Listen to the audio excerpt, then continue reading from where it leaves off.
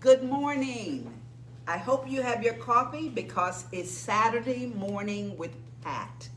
And some things you're going to notice very different about today. Number one, we're in a restaurant. We're not in my kitchen at my kitchen table, right? We're in Santa Rosa, BYOB, in beautiful Bryn Mawr, Pennsylvania, with some dear friends I'm going to introduce to you in just a minute. We also have something different about today. We have a new camera set up, as you can see. So the phone is a little bit further away from me because we wanted you to appreciate all of this fabulous food. So as your name pops up, please feel free to say things. I just can't see what you're saying because the camera's a little further away. But you know me. When this episode is done, I'll sit down and answer everything and say good morning to everybody because you know I'm always very grateful that you're here.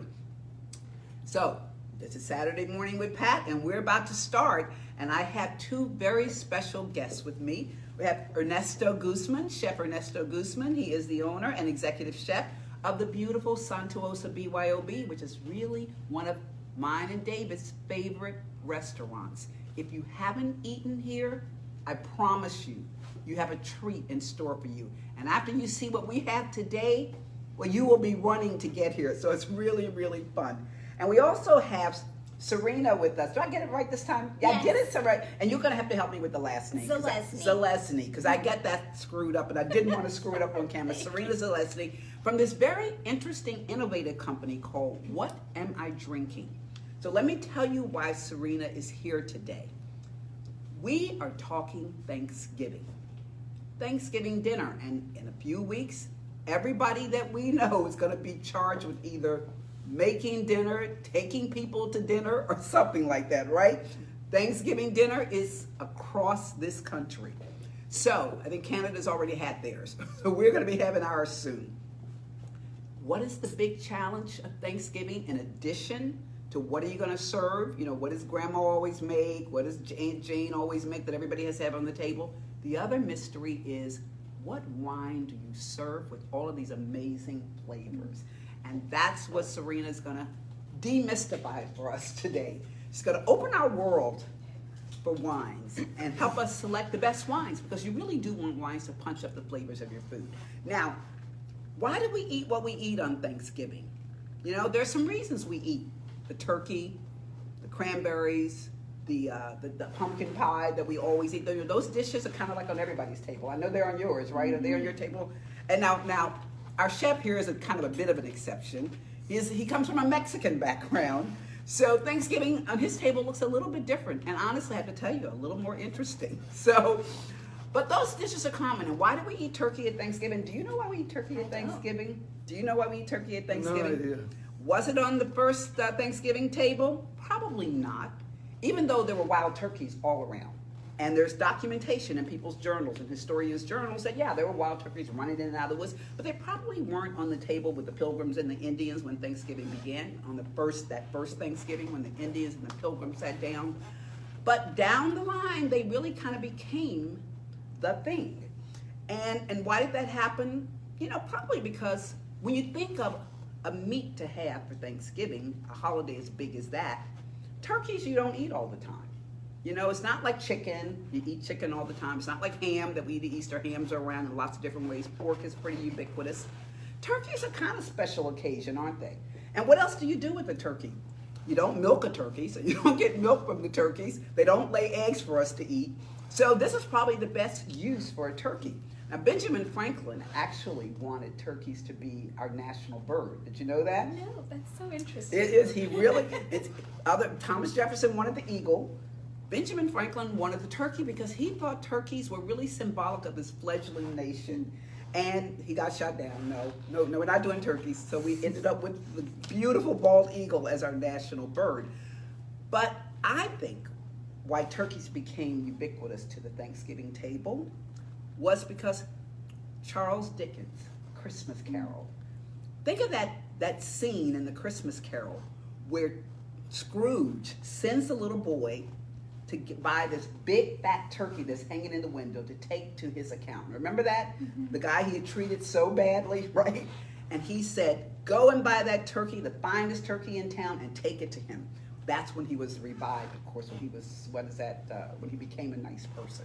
But anyway, and that scene of that kid buying that huge turkey and flopping it on the table and that family standing around going, oh my goodness, I think that's what transformed our tables. That it made the turkey a holiday symbol. So, and why do we eat cranberries? I don't know. We didn't eat them for a long time because we didn't have sugar. In this country, when it was a young country, sugar wasn't very common. It was a very pricey thing to have. And cranberries are very tart, right? Right. So we didn't, it was only really in years later that cranberry sauce, as we know it, came into vogue because people couldn't afford sugar. So cranberries are a relatively new addition to the Thanksgiving table. And then, of course, there's pumpkin pie.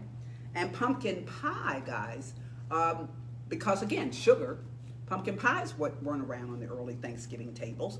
What they would do is take a pumpkin and fill it with cream and a little flour to thicken it and make sort of a pudding and put that whole pumpkin in the oven.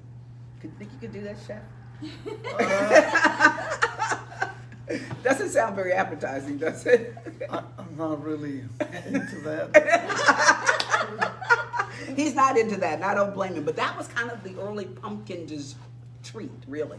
So now we've kind of moved past all of that. Now we have cranberry sauce. Now we have pumpkin pie. Now we have turkeys that are prepared way better, I'm sure, than they were in the beginning. So let's talk about what's on this table. And I really do want to hear what you guys do for Thanksgiving. So post what your Thanksgiving traditions are. Is it sweet potato pie, which is one of my favorites? Is it pumpkin pie? Do you do a turkey? We've got a treat for you in terms of a turkey. I know some people actually do roast beef and ham on Thanksgiving. You know, so yeah, so there's lots of options for Thanksgiving. So let us know what your traditions are in your family. I'd love to hear them.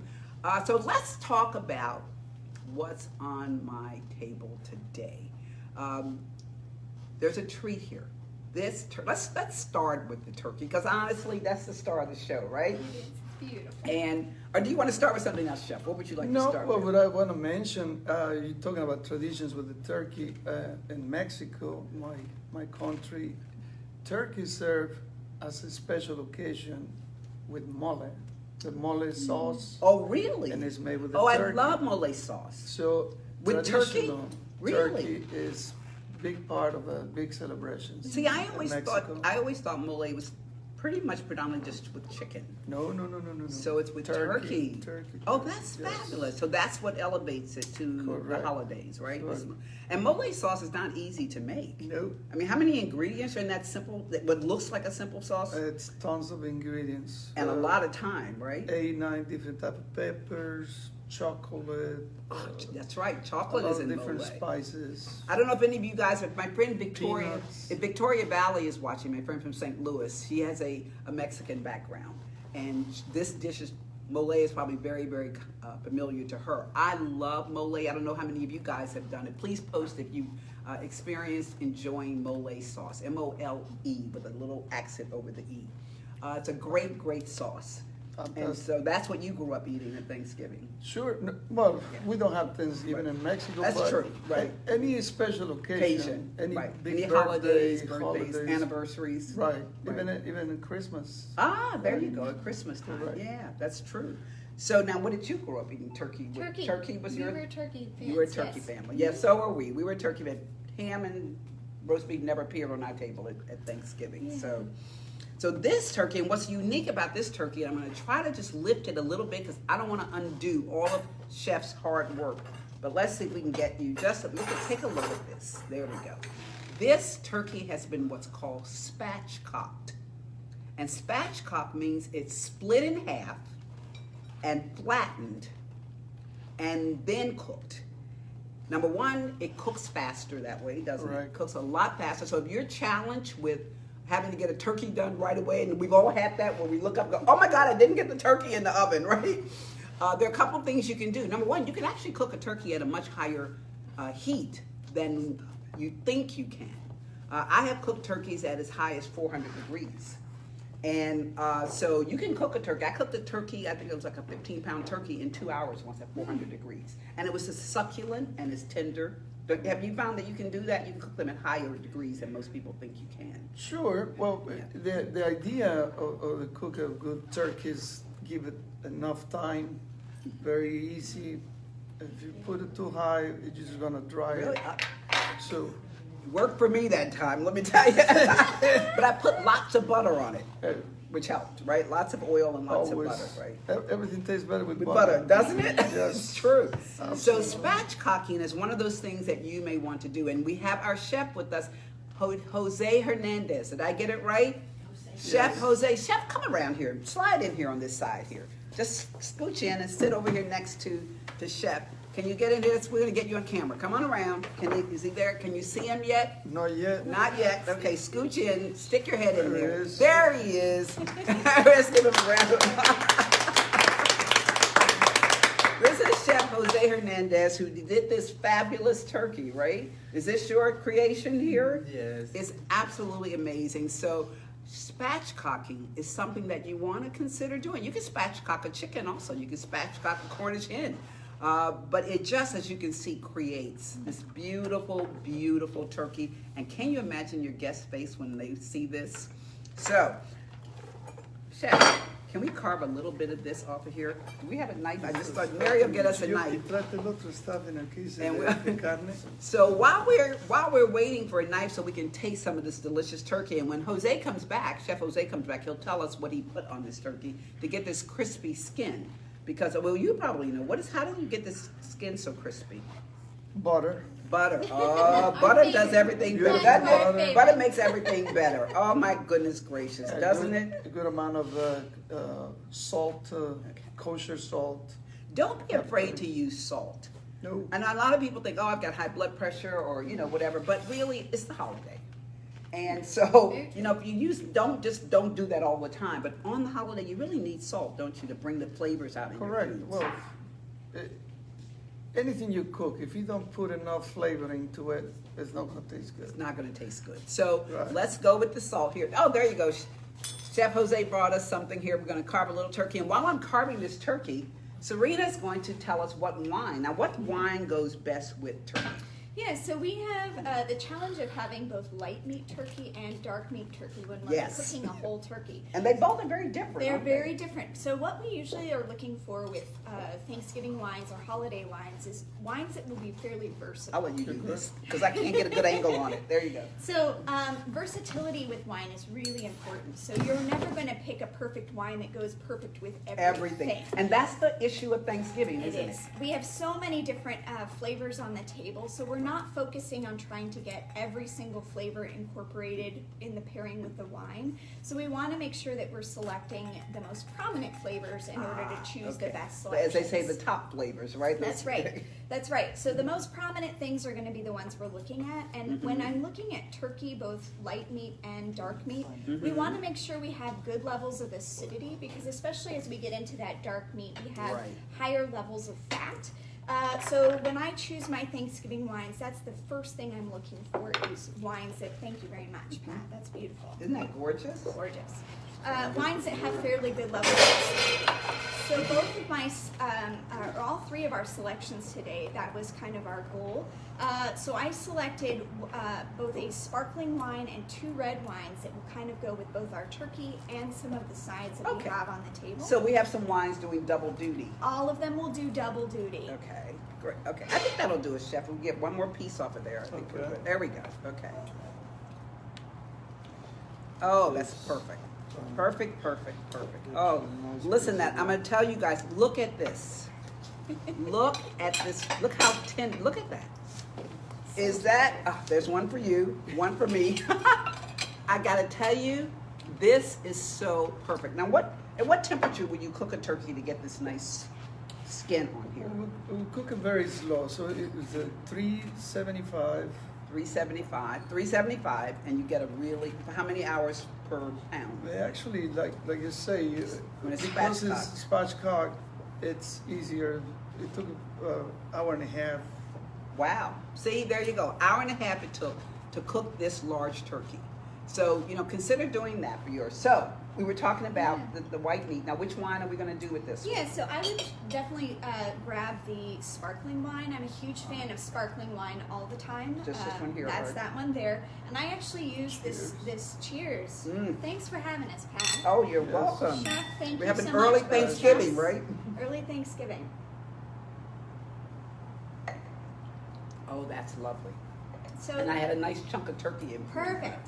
So this one I chose, especially because we're going to start talking about some spicing, but it's got just a smidge of sugar present, which will help us when we start to bring in things like jalapeno. And I know Oh, the yes. chef's going to talk about that in a So, moment. because it's all about balance, right? All about finding balance. But with sparkling And the wine, stuffing, as can I you see said, the- I'm a the huge carne? fan of having that all the time, whether it's an everyday or a special holiday.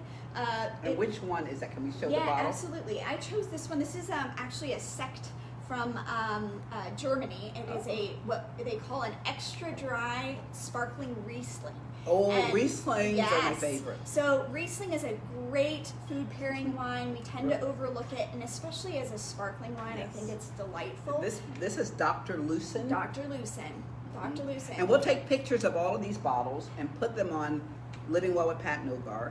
And you can also go to your Facebook page, which is under What Am I Drinking, Yes. right? And you can go to Santuosa BYOB. And Mary, if you'll add some tips on spatchcocking to that page, I think that would really be helpful. And I'll also do that on Living Well. So we'll make pictures so that when you go to pick your wines for Thanksgiving, you pick the right ones. That's right. And these are all available in Pennsylvania for those of you who are following us here. Oh, okay. So the state stores, or the wine and spirit stores, as they're now Exactly. called, Yes. are great. Now, if you don't want to cook your Thanksgiving dinner, remember that Santuosa BYOB is doing Thanksgiving.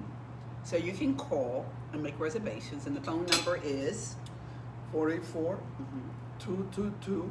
484-222-6216. 484-222-6216. Right. Got it. That's the phone number. You can call and enjoy all of these things that we're enjoying this morning. So, and I think you're going to be having a wine tasting with Thanksgiving wines We coming will. up soon, right? Yeah, so we're talking about 3 of them today, but we'll really dig into it. We have a whole class based on And what date is selecting that? wines to do that. So we've got one on the 21st. On the 21st of November. So Yes.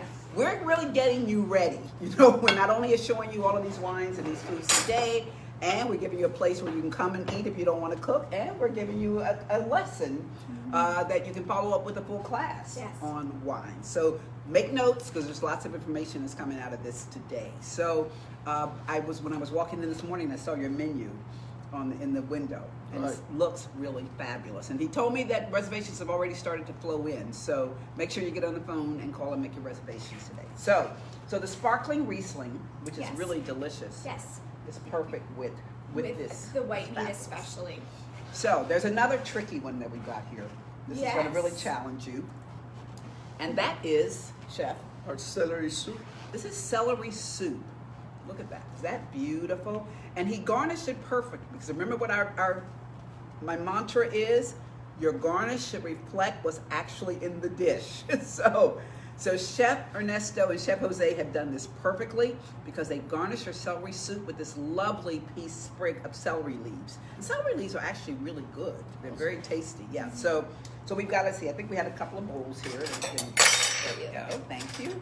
And with a spoon here, we're going to try this. Now and then Serena, you've got the challenge. Yeah, so I would stay with the Riesling. Again, we're selecting Oh, okay. wines that are going to be very versatile. Uh-huh. And when you're looking at things like celery, obviously there's some green components here. And I think when you select a white wine, selecting a wine that's both got the good acidity, we've got cream, but also maybe can skew a little green in terms of its flavor profiles. Okay. So whether you like Riesling or not, it's always a good choice. Other options might be a Sauvignon Blanc, or even a Gruner Veltliner, which has got Gruner a little Veltliner is- savory. I discovered that because it's one of the rare wines that actually you can pair with asparagus. Yes, and artichokes. And artichokes, right.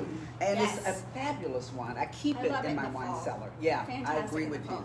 So if you don't love Riesling or you don't love sparkling wine, you can certainly select other things. They have some green compounds, especially if you've got green beans on the table, as we do, and we also have some Brussels sprouts.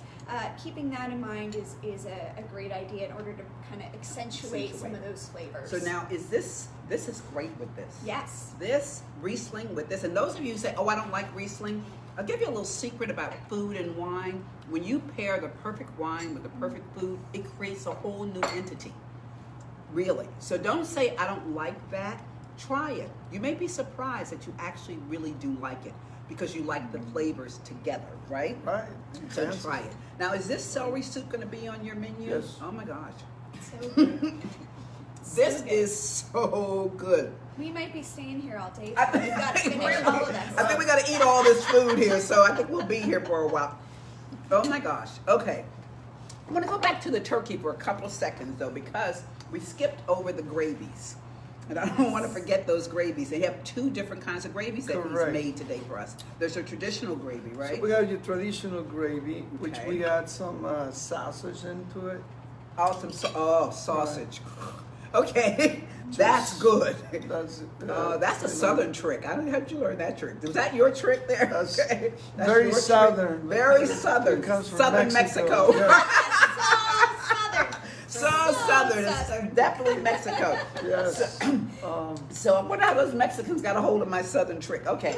But we always look for Try a little bit of a this. little extra flavor in whatever Yes. you do. And sausage Jose- definitely gives you that, doesn't it? Jose did a great, tremendous job with enhancing the gravies.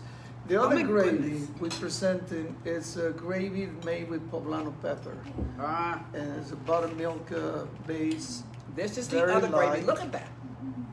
When have you ever had green gravy? Okay. So if you're tired of a boring gravy, you can always try our touch of Mexican There you go. style. So when you want to switch it up, I'll get the spoon and do something a I got little. another spoon here for you. Oh, thank you. Yep. And do something a little different. Try a poblano gravy. Now this is fast. Can we get this recipe from Absolutely. you?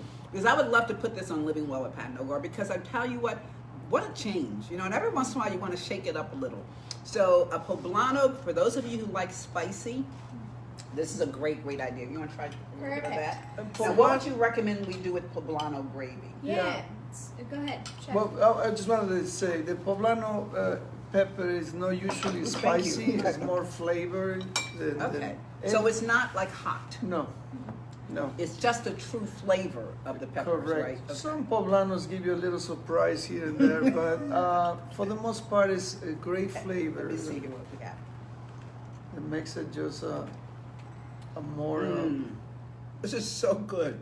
And you're right, it's not hot. No. There's no heat in the back of my throat. It's just a really sweet, peppery flavor.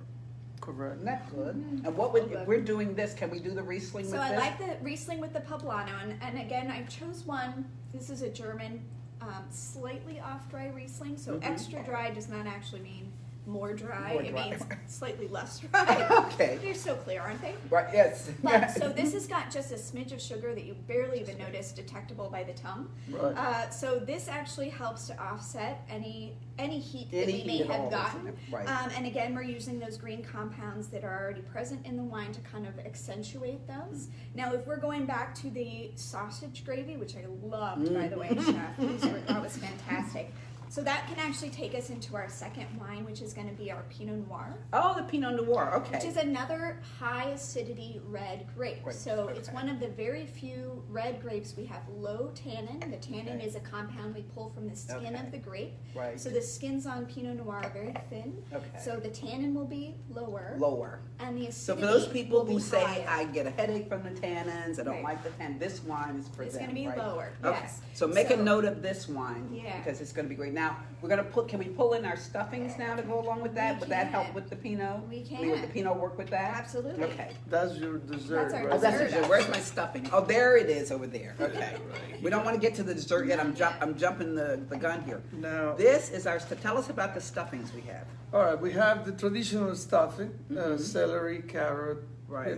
with au jus of the turkey, and then we have the Mexican style stuffing, which is a Ah. ground beef walnuts, raisins, Wow. and a little bit of sweet Ground onion. beef, walnuts, raisins, and a little sweet onion. Those are two very different stuffings. Correct. So, it's always fun to have two stuffings on the table because somebody's going to like one or prefer the other. So these are really two great choices, the traditional and the Mexican. I really feel privileged to try these. So let me All hold right. on to that. I'm going to Yeah. try some. This is the traditional.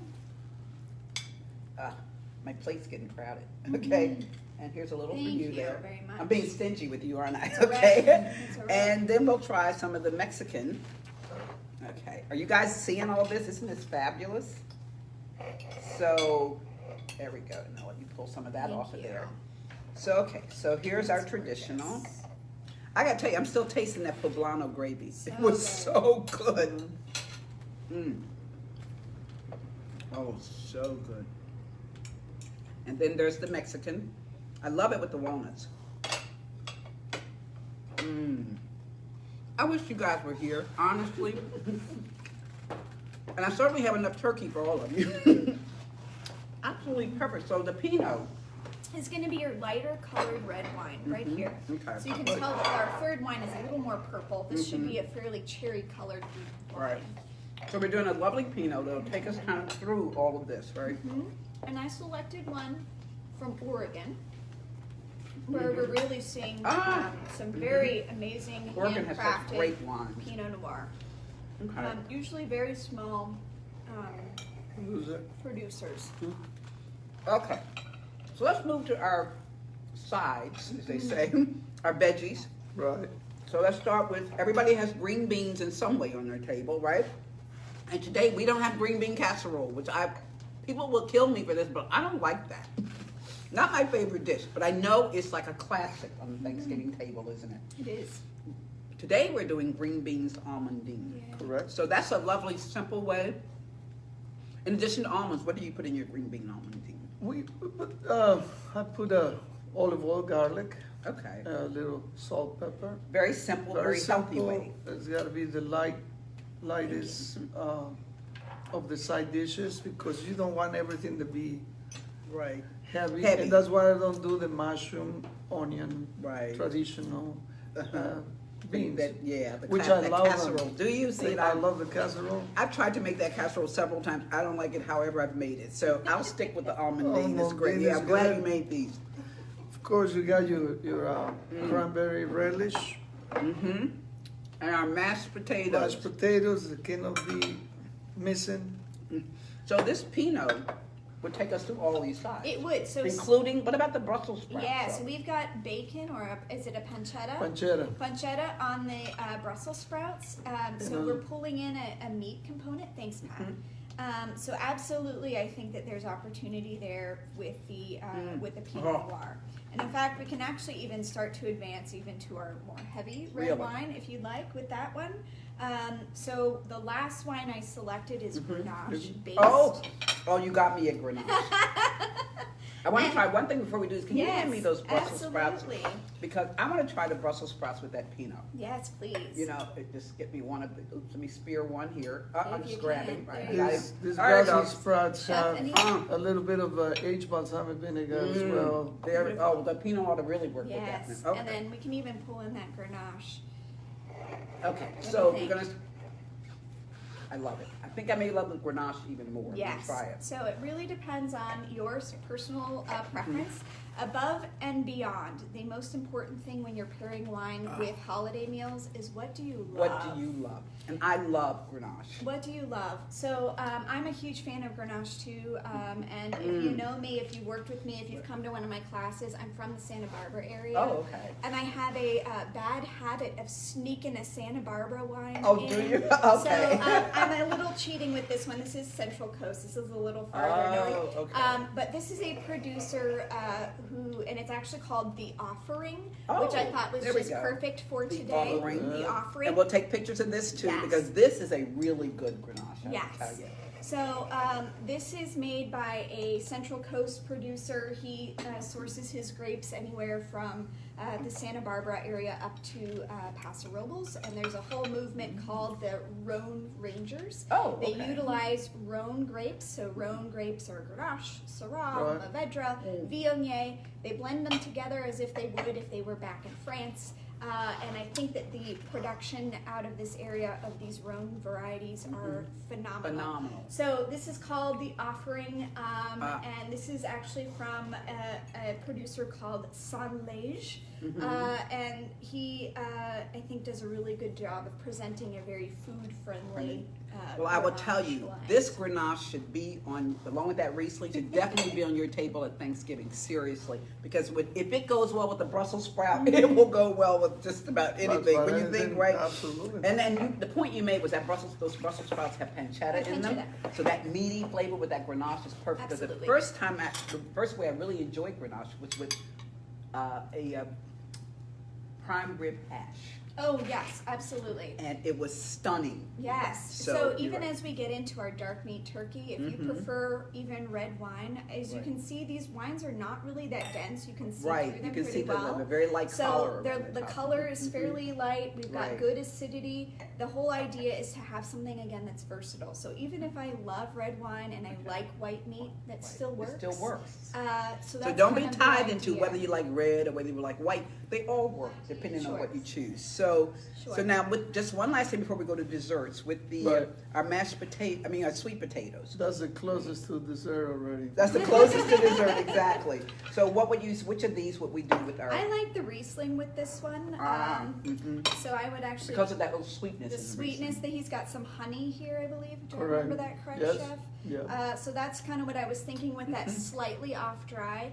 When you've got sugar on the plate, you want to make sure your wine has a little smidge of sugar, even if it's just a little bit. Otherwise, the wine will taste very bitter compared to right. your food. Food. And you don't want that. You want, the wines and the foods are really meant to go together. So you want It's to make like sure a that they're- condiment. It's like a condiment. Yeah. You want to make sure they're not fighting.